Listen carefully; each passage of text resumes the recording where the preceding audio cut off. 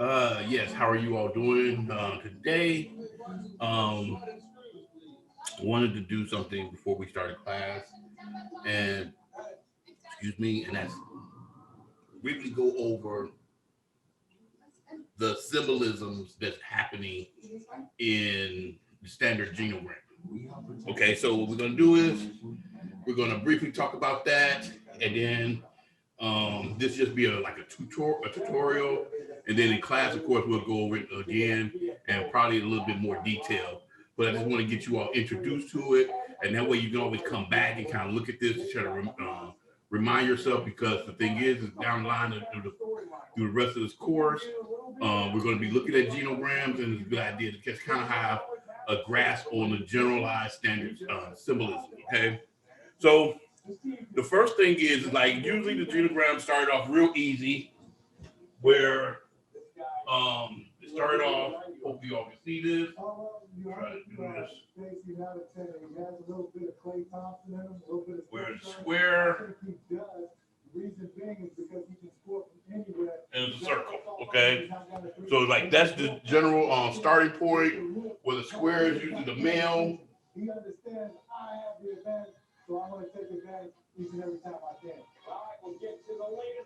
My board is a little shaky here, so excuse me. And that's the female. Okay, so now this is the standard symbolism when it comes to individuals who you will classify as cisgender. AT&T, we called this house for you because you advertise gig speed internet, but we can't sign up for that here. Yeah, I'm just like warming up to those speeds. Okay, so that's the standard classification for a cisgender individual. Something that came up recently is non-binary individuals, and with a non-binary individual, I don't really know what the symbol is called. Since I got on a baseball jersey, I like to call it home plate, but it almost looked like home plate. It also kind of looked like a tombstone.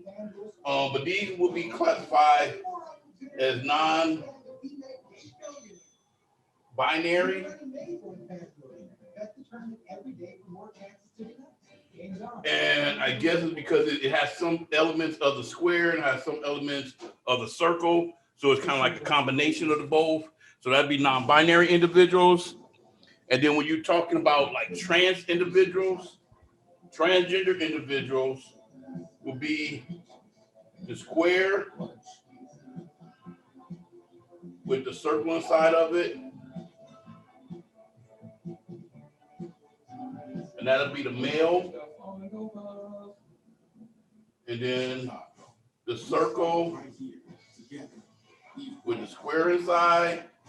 On this journey, we share our challenges and our successes. Will be the female. Now, It's a symbol of where we're from and where we're headed. As a city, you've become one. I'm not 100% sure. In the literature, it kind of says kind of both ways, but usually this can be used either after a transition happened or when the person identifies as transgender.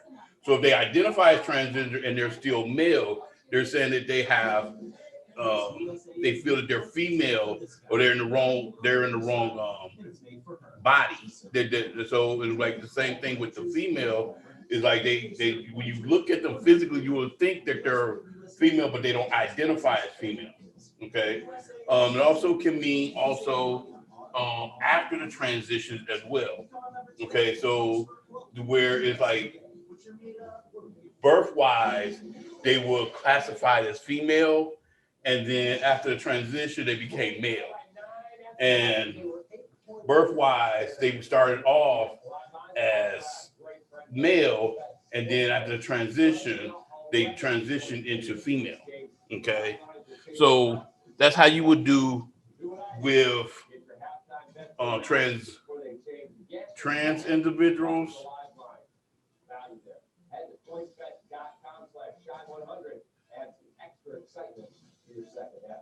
Okay, trust me, my penmanship is off, but it's saying transgender. Okay, um, And then when you come to sexual orientation and members of the LGBTQ community, let's see, can you see this? You start off with a square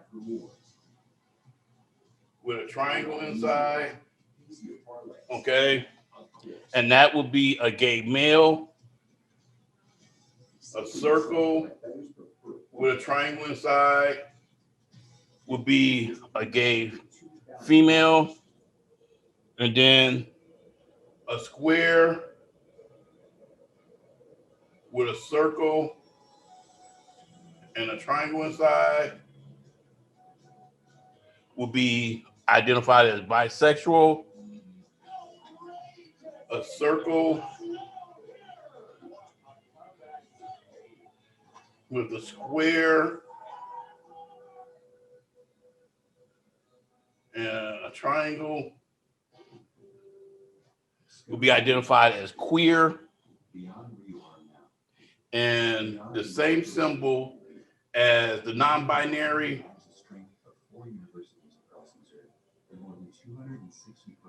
with a triangle inside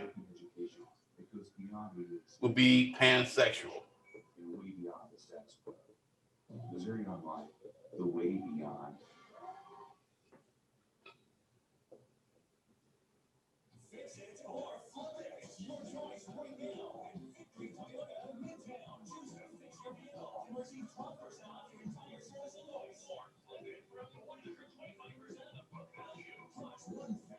Okay, so I'm gonna quickly stop right there, and we'll go over this a little bit more in class. Excuse me, haven't been feeling well lately, but God will not get over it.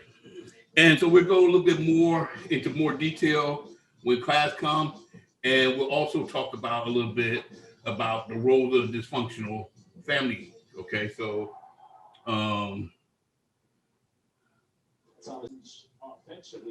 let's get a little bit more better picture of what a genogram symbolism will look like. Okay, one. That's a really good option right there to get him more involved. Right here, okay.